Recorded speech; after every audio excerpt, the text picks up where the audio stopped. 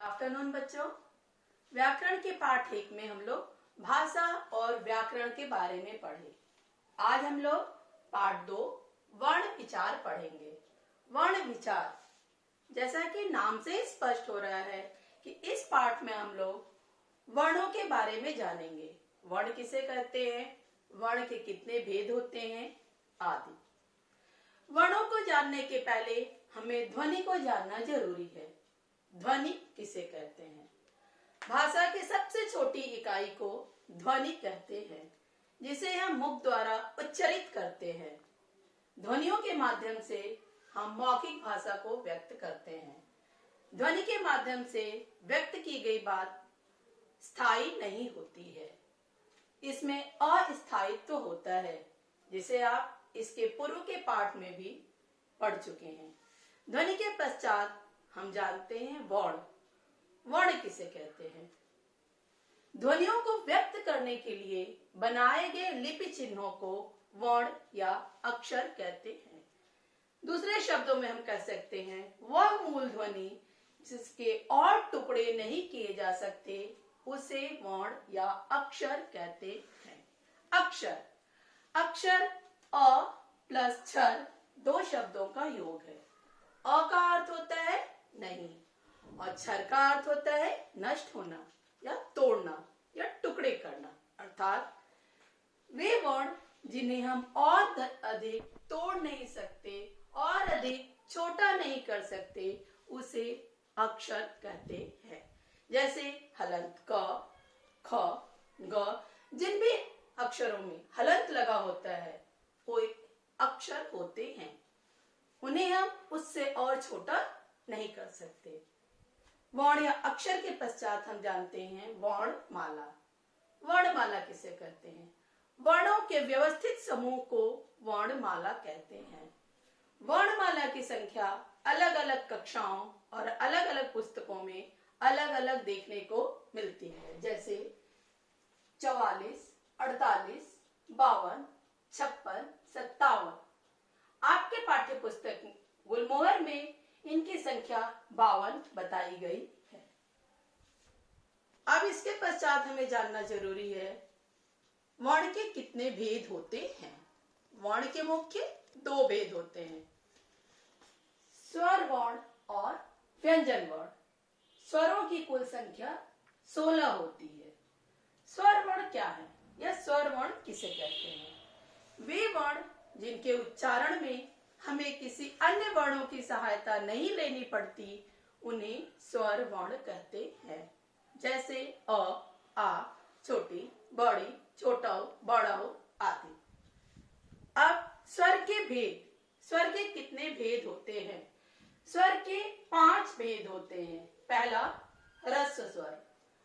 ह्रस्व, ह्रस्व का अर्थ होता है छोटा। जब कोई चीज छोटी है तो उसे करने में समय क्या लगेगा? कम लगेगा। इस प्रकार हम कह सकते हैं ह्रस्व स्वर वे स्वर होते हैं जिनके उच्चारण में समय कम लगता है। इसे एक मात्रिक स्वर भी कहा जाता है। इनकी संख्या 4 है, अ, छोटी, छोटा, री। ह्रस्व स्वर के पश्चात हम आते हैं दीर्घ स्वर। दीर्घ बड़ा, अर्थात इनके उच्चारण में समय क्या होता है? ज्यादा लगता है। जब हमें कोई काम बड़ा करना है तो उसमें समय ज्यादा लगेगा। इस प्रकार हम कह सकते हैं दीर्घ स्वर वे स्वर होते हैं जिनके उच्चारण में ह्रस्व स्वरों की अपेक्षा समय अधिक लगता है। इसे द्विमात्रिक स्वर भी कहा जाता है। इनकी संख्या 7 है, आ, बड़ी, बड़ाऊ, ए, ओ, औ। तीसरा स्वर होता है प्लुत स्वर। प्लुत स्वर, इसे त्रिमात्रिक स्वर भी कहा जाता है। प्लुत स्वर के उच्चारण में ह्रस्व और दीर्घ दोनों स्वरों से अधिक समय लगता है।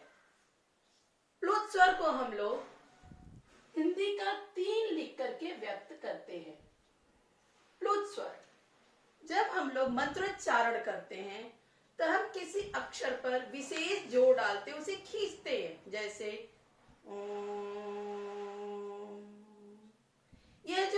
खींचा, यह प्लुत स्वर है। मैया, ये प्लुत स्वर है। प्लुत स्वर के पश्चात आते हैं आगत स्वर। आगत स्वर कौन से स्वर है? बच्चों, जब हम कहीं जाते हैं तो वहां के लोगों के साथ जब हम काफी दिन रहते हैं तो वहां के लोग हमसे कुछ सीख जाते हैं और हम उनसे कुछ सीख जाते हैं। आप सब जानते हैं, अंग्रेज हमारे देश में सैकड़ों वर्ष शासन किए, तो जब वो हमारे साथ सैकड़ों वर्ष रहे तो जाते जाते हमें कुछ दे गए। और हिंदी की वर्णमाला में वो क्या दे गए? एक स्वर। वो स्वर क्या है? आ। यह आगत स्वर है जो अंग्रेजों के आने के प्रभाव से हमारे वर्णमाला में आ गया, और ये हमारी वर्णमाला में ऐसे रच बस गया कि अपना अस्तित्व बना लिया। लेकिन बच्चों, इसके उच्चारण में बहुत ही ध्यान रखने की आवश्यकता होती है, क्योंकि कुछ लोग त्रुटिवश आ को आ बोलते हैं। आ और आ दोनों के उच्चारण में बहुत अधिक अंतर होता है। यदि हमने गलत उच्चारण किया तो इसमें अर्थ का अनर्थ हो जाएगा। जैसे हमने कहा डॉल, डाल। डॉल गुड़िया और डाल पेड़ की डाल। इस चीज को हमने इसके पूर्व के पाठ में भी स्पष्ट किया था। आगत स्वर के पश्चात पांचवा और अंतिम स्वर है अयोगवाह। अयोगवाह की संख्या कहीं पर आपको 2 और कहीं पर 3 देखने को मिलती है। अयोगवाह। अयोगवाह वे स्वर है जिन्हें न तो स्वरों में ही और न ही व्यंजनों में ही पूर्ण स्थान मिला। ये ऐसे स्वर हैं जिन्हें स्वर और व्यंजन दोनों में प्रयोग किया जाता है। इनकी संख्या 3 है। कौन कौन से? अंग, अंग, आह और चंद्रबिंदु।